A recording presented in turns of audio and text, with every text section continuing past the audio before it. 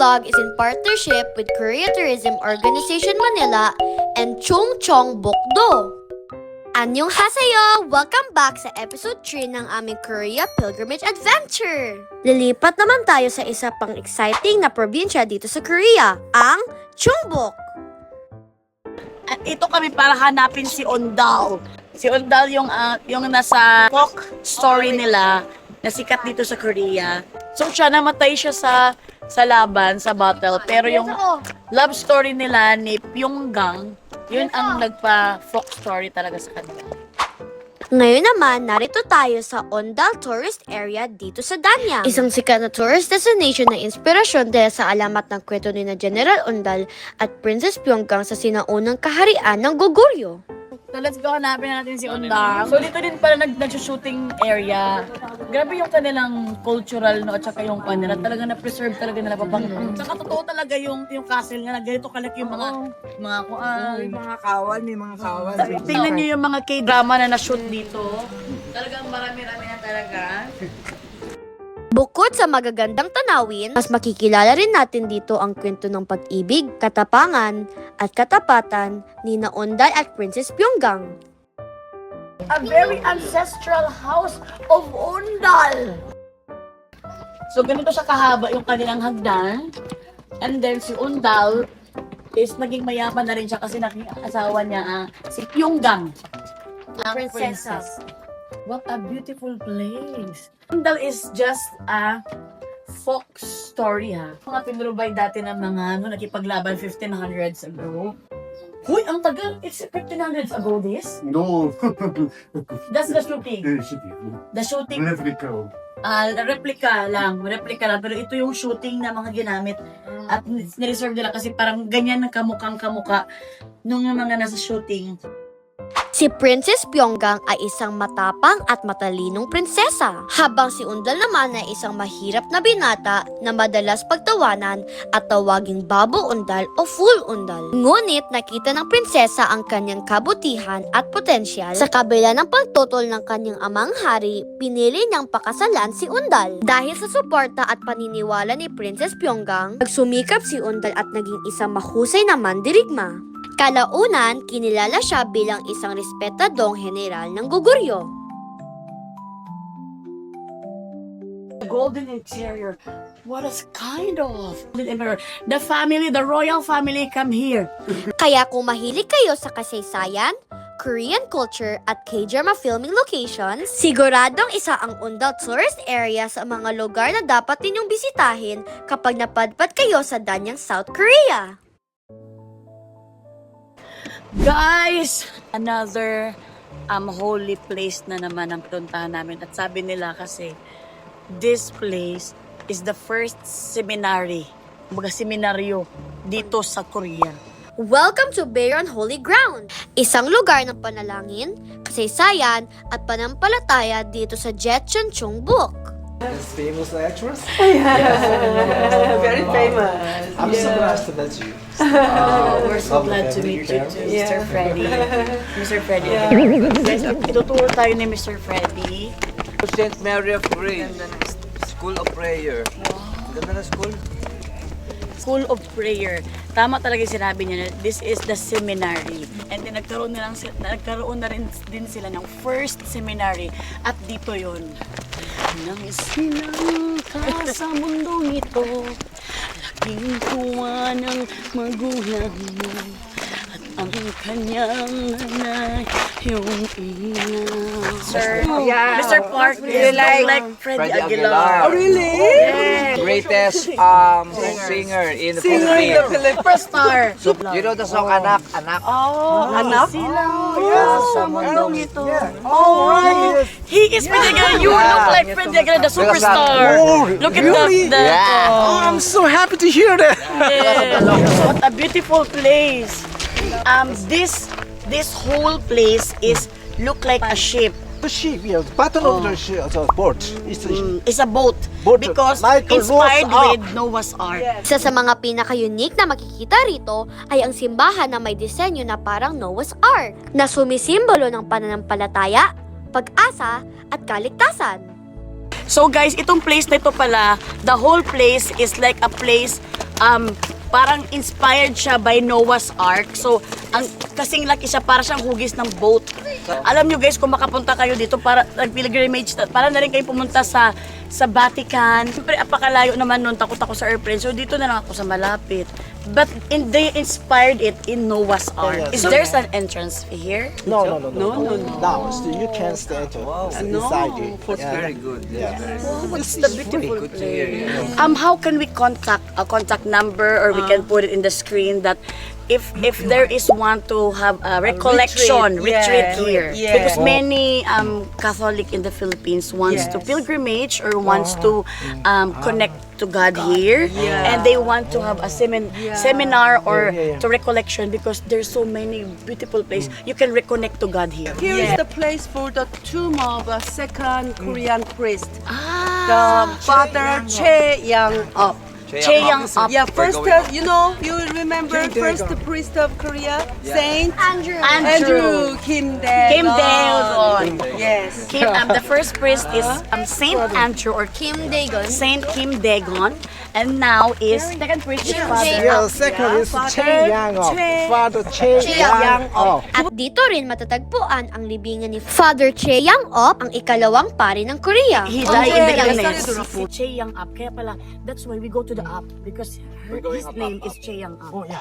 This is the Korean first seminary. Yeah. Is this the original? The original? No, original. It's the restored. Restored. This site is over there.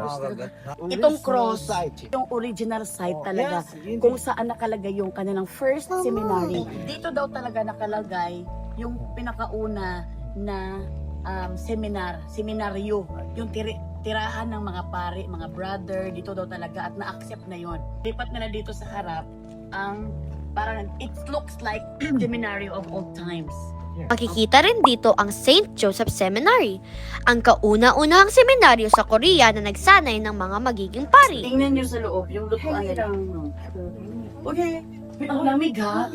Made of clay, and this is the kitchen. You know, in the winter we heat the floor. That's why Koreans remove your shoes Oh.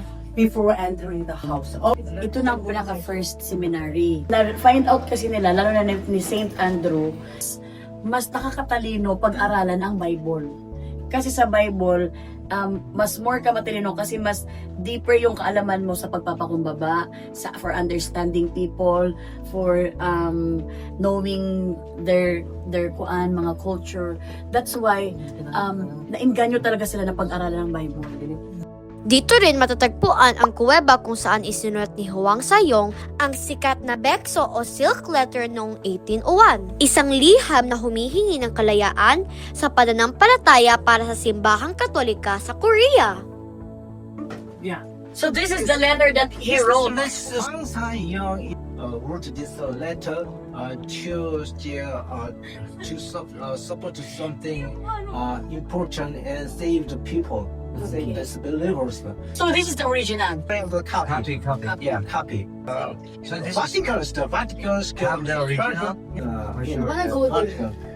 Wanna go there, sir? Sa gitna ng tahimik na kalikasan at makasaysayang mga lugar, ang Bayern Holy Ground ay patuloy na nagbibigay ng inspirasyon, kapayapaan at pag-asa sa lahat ng bumisita rito.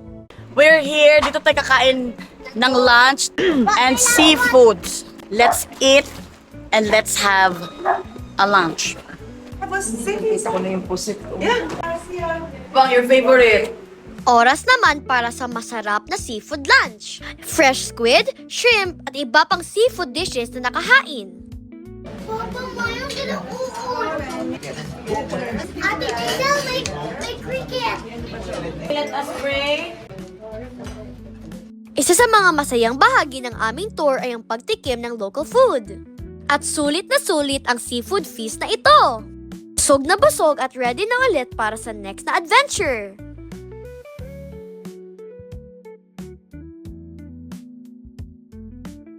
Matapos ang aming pilgrimage at historical tour, oras naman para sa isang exciting outdoor adventure. Nandito kami ngayon sa Hwalok Cave at Kayak Experience. Guys, this is the Walok Cave.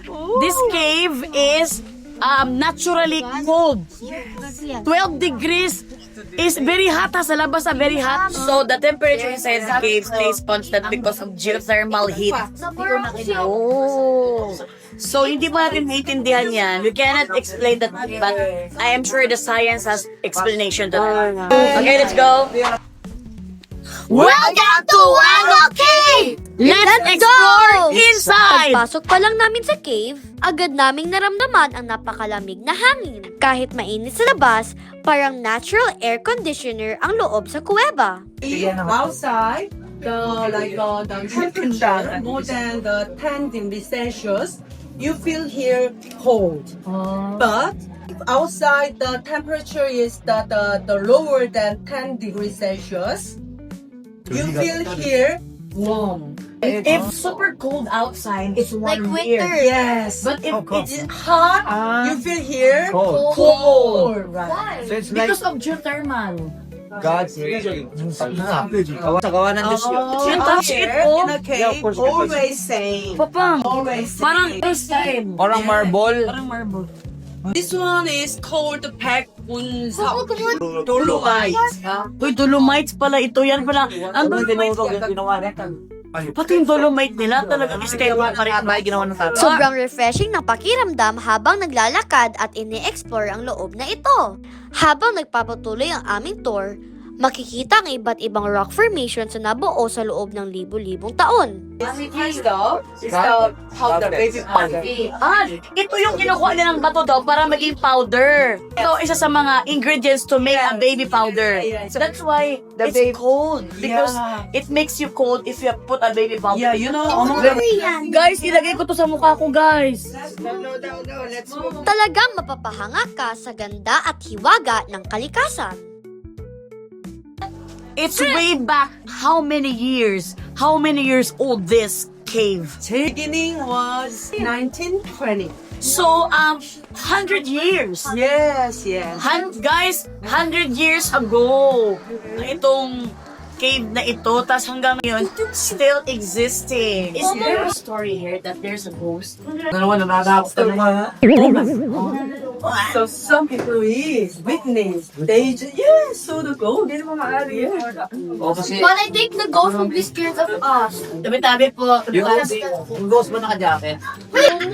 Can we make it fast? Because I'm afraid anymore. Ano simula nun? Doon siguro to. Mami, ikaw na salita! Ay, tanong-tanong ka pa? Imbis na mag-enjoy na lang tayo dito. This is wasabi planting. Ay, ka na ang wasabi? Oh, this is wasabi. Amoy yung gabi. Yung wasabi nga ang amoy. Wa ako masabi. Yeah.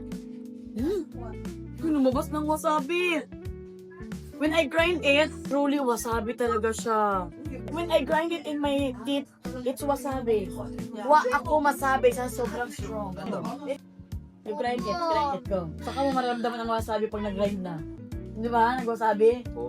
Aray. Kung maganda din siya, hindi pala siya malamig all the way. Meron ding mga heater para mag-protect sa'yo laban sa mga sa lamig. Ang lamig, ang init! Kanina sa labas, apakainit, hindi natin na-appreciate. Ngayon, pumasok tayo, gusto na mainit. That's why you should be grateful. Pagkatapos ng cave experience, oras naman para sa kayaking. Talaga. Hi guys, so magkakayak kami! Guys, it's my first time to kayak inside of caves. Lagi talaga kami magkayak kasi kami ay mga yak. Ay, uy. Pero wag mo kaming damayin.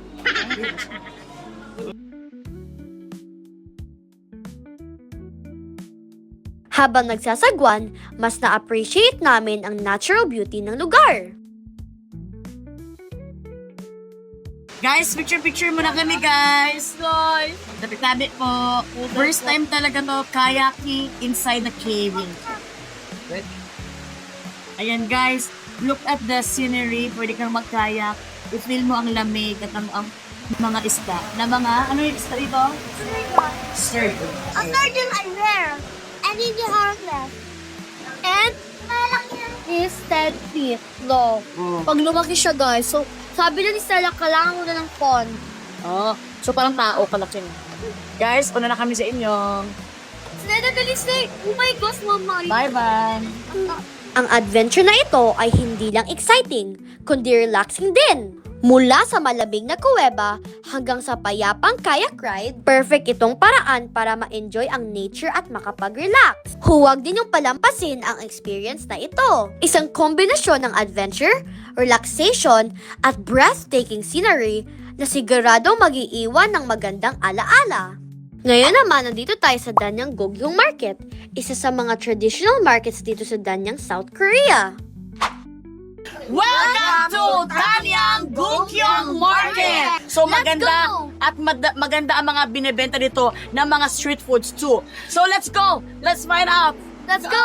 Ang market na ito ay kilala sa iba't ibang local products, fresh produce, street food at mga specialty ng Danyang na dinarayo ng mga turista at locals. Isa rin ito magandang lugar para maranasan ang authentic Korean market culture. Yes, Danyang Gogyong Market is very famous in garlic. Wait, garlic chicken. Bulldog garlic chicken. Makita. Oy, free taste, alam mo tayo mga pinamili tayo sa free taste, no? Ano na, bina tayo. Yeah. Ay, yung masarap, bili tayo. Korean traditional This is the chicken. chicken. The Yeah. Korean traditional Rice. drink. Yeah, with the rice.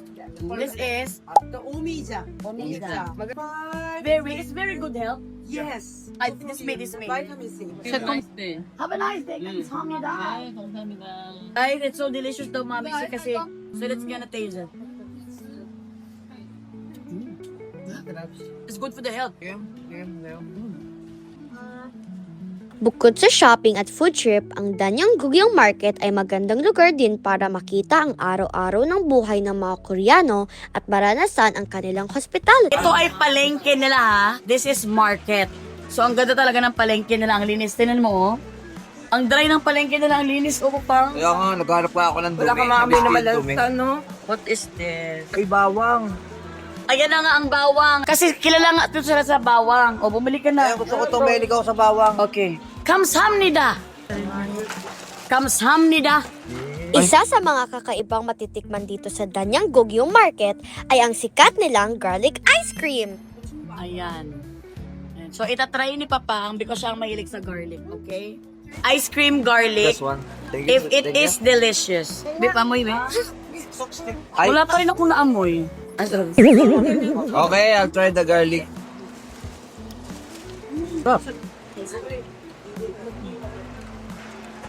Sarap. Sarap? Siya mahilig. Niwala ka, masarap nga. Oo. Surprisingly, it's very good. Good! Kung mapadpad kayo sa Danyang, huwag kalimutang isama ang Danyang Gogyong Market sa inyong itinerary para sa isang mas authentic at memorable Korean experience. At dito nagtatapos ang episode 3 ng aming Chungbok Adventure. Sana ay nag-enjoy kayo sa aming pilgrimage journey, food discoveries at mga masasayang experiences. See you sa episode 4 sa amin namang Gyeonggi Province Adventure. Kamsahamnida!